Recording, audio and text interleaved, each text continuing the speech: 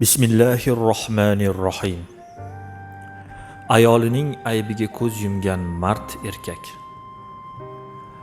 Bir kambag'al inson bor edi. Uning topgani arang ro'zg'orini tebratishga yetar edi. 6 oy deganda bir tugun go'sht yeyishardi. Bir kuni topgan tutganini to'plab tovuq sotib olibdi. Taom tayyorlash uchun uni ayoliga keltirib berdi. Bechora anchadan bunday tansiq taomni tatib ko'rmagani uchun taom tayyor bo'lishini orziqib kutdi. Taom dasturxonga tortildi. Taomdan tatib ko'rsa, juda sho'r bo'lib ketgan ekan. Biroq buni hech kimga bildirmadi. Ayoliga ham lom-mim demadi. O'ziga o'zi dedi: "Ey Robbim, bordi-yu mening qizim ham taomga shunday ko'p tuz solib yuborsa, kuyovim uni kechirishini, uning ko'nglini og'ritmay bir so'z demasligini istar edim. Xotinim ham birovning qizi, uning ham ko'ngli og'rishini istamaydigan ota-onasi bor. U sening bandang, men uni seni roziliging uchun kechirdim" dedi. Oradan vaqt o'tib bu erkak olamdan o'tdi. Bir taqvodor kishi uni tushida ko'rdi. Undan "Senga qanday muomala qilishdi?" deb so'radi.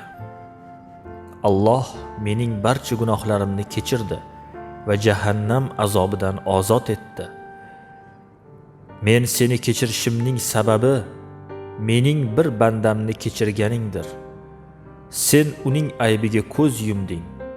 Umringda bir yemoqchi bo'lgan tansiq taomingni sho'r qilib qo'ysa ham ayolingga lom-mim demading. Uni kechirding. Men ham seni kechirdim" dedi. Mana azizlar, kechirimli bo'lishning biz mo'min musulmonlar uchun, biz bandalar uchun naqadar foydali ekanligini. Alloh kechirimli zot. U Raufur Rahim. U rahimli zot. Rahimlilarning rahimlisidir.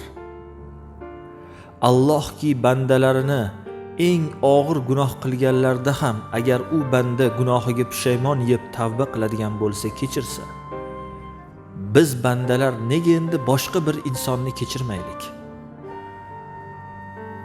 Alloh taolo kechirimlilarni yaxshi ko'radi va kechirimlilarni Alloh ham kechiradi. Demak biz agar boshqa bir inson huzurimizda biror bir xato ish qilib qo'yadigan bo'lsa, albatta kechirishni o'rganaylik. U nafaqat ayolimiz bo'lsin, u do'stimiz bo'lsin yoki boshqa begona bo'lsin. Kim bo'lishidan qat'iy nazar u Allohning bandasi bo'lsin. Biz kechirishni o'rganaylik.